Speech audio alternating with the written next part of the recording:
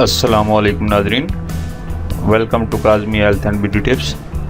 उम्मीद करता हूँ कि आप सब खैरियत से होंगे। मैदे के दर्द के लिए आसान घरेलू नुस्खा लकड़ हज़म पत्थर हज़म।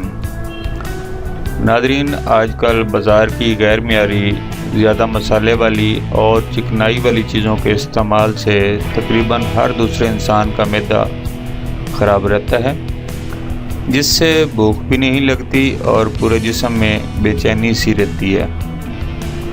आपकी इस परेशानी को मद्देनज़र रखते हुए आपको ये आज़मूदा और आसान नुस्खा बता रहा हूँ और उम्मीद करता हूँ कि आपको मेरा ये नुस्खा पसंद आएगा।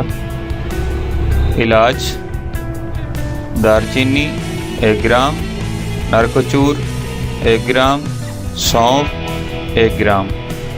ये वज़न 1 दिन की खुराक के लिए है। तरकीब, तैयारी व इस्तेमाल: तीनों चीज़ों को 1 प्याली पानी में डालकर हल्की आंच पर जोश देना है। जब अच्छी तरह उबल जाए तो ये एक कावा सा बन जाएगा। अब इसको बारीक कपड़े से छान कर सिर्फ कावा महफूज कर लें और मवाद फेंक दें। आधी प्याली दोपहर खाना खाने के बाद आधा घंटे बाद और आधी प्याली रात के खाना खाने के 1 घंटा बाद इस्तेमाल करें। इंशाअल्लाह इसके इस्तेमाल के चंद रोज़ में मैदे के दर्द का ख़ात्मा होने के साथ साथ मैदे की सब बीमारियों से भी निजात मिल जाएगी और आपका हाजमा भी दुरुस्त होगा, भूख भी लगेगी और जैसे मैंने पहले बताया कि लकड़ हज़म पत्थर हज़म जो भी खाएंगे इंशाअल्लाह वो हज़म होगा।